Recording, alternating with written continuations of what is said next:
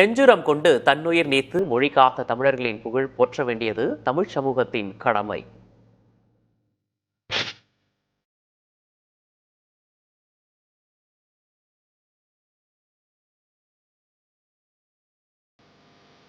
ஏன் ஒவ்வொரு தமிழரும் மொழி தியாகிகளை வணங்க வேண்டும்? இந்தியா எனும் நவீன தேசம் எப்போது உருப்பெறலானதோ அப்போதே ஹிந்தியை இந்தியாவின் மைய மொழியாக சிந்திப்பதும் ஏனைய மொழி பிரதேசங்களில் ஹிந்தியை மெல்ல திணிப்பதும் ஆரம்பித்து விட்டது. ஹிந்திக்கு எதிராக நவீன தமிழ்நாடு இருமுறை பெரும் போர்களை முன்னெடுத்தது. முதலாவது போர் 1938 நடந்தது. தமிழ்நாட்டின் பள்ளிக்கூடங்களில் ஹிந்தி கல்வி கட்டாயம் என்ற அரசாணை அப்போதுதான் வெளிவந்தது. இதற்கு எதிராக கிளர்ந்தெழுந்த தமிழகம் உணர்வெழுச்சி மிக்க போராட்டத்தில் இறங்கியது.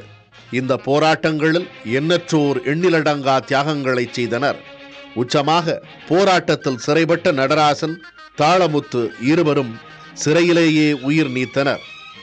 நடராசனும் தாளமுத்துவும் தங்கள் உயிர் தியாகத்தால் உண்டாக்கிய வெப்பம் ஹிந்தியை தமிழ்நாட்டின் பள்ளிகளுக்கு வெளியே தள்ளியது. அடுத்த பெரும் போர் 1965 நடந்தது. இந்த முறை தமிழ்நாட்டை மட்டுமல்லாமல் ஒட்டுமொத்த ஹிந்தி பேசாத மாநிலங்களையும் சூழும் பேராபத்தாக வந்தது ஹிந்தி. ஆம், சுதந்திர இந்தியா ஒரு குடியரசு நாடாக உருவெடுத்த 1950 ஜனவரி 26 இந்திய அரசமைப்பு சட்டம் நடைமுறைக்கு வந்தது. அதன்படி இந்திய அரசாங்கத்தின் அலுவல் மொழியாக ஹிந்தி இருக்கும் என்றும் ஆங்கிலம் 15 ஆண்டுகளுக்கு பிறகு ஆட்சி மொழி அந்தஸ்தை இழக்கும் என்றும் திட்டமிடப்பட்டிருந்தது. அந்த 15வது ஆண்டுதான் 1965. அதற்கான கெடுநாள்தான் ஜனவரி 26. ஹிந்தி மட்டுமே ஆட்சி மொழி என்றால் அதை ஏற்க மாட்டோம் என்றும் ஆங்கிலமும் தொடர்ந்து அலுவல் மொழியாக நீடிக்க வேண்டும் என்றும் குரல் கொடுத்தது யார்? நம்முடைய முன்னோர்தான்.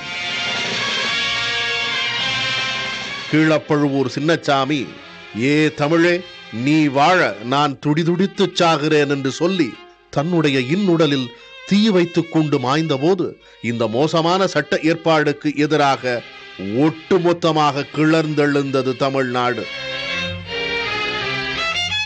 அடுத்தடுத்து உயிர் தியாகங்கள். இந்த போராட்டத்தில் முன்னின்ற மாணவர்கள் துப்பாக்கிச் சூட்டை எதிர்கொண்டார்கள்.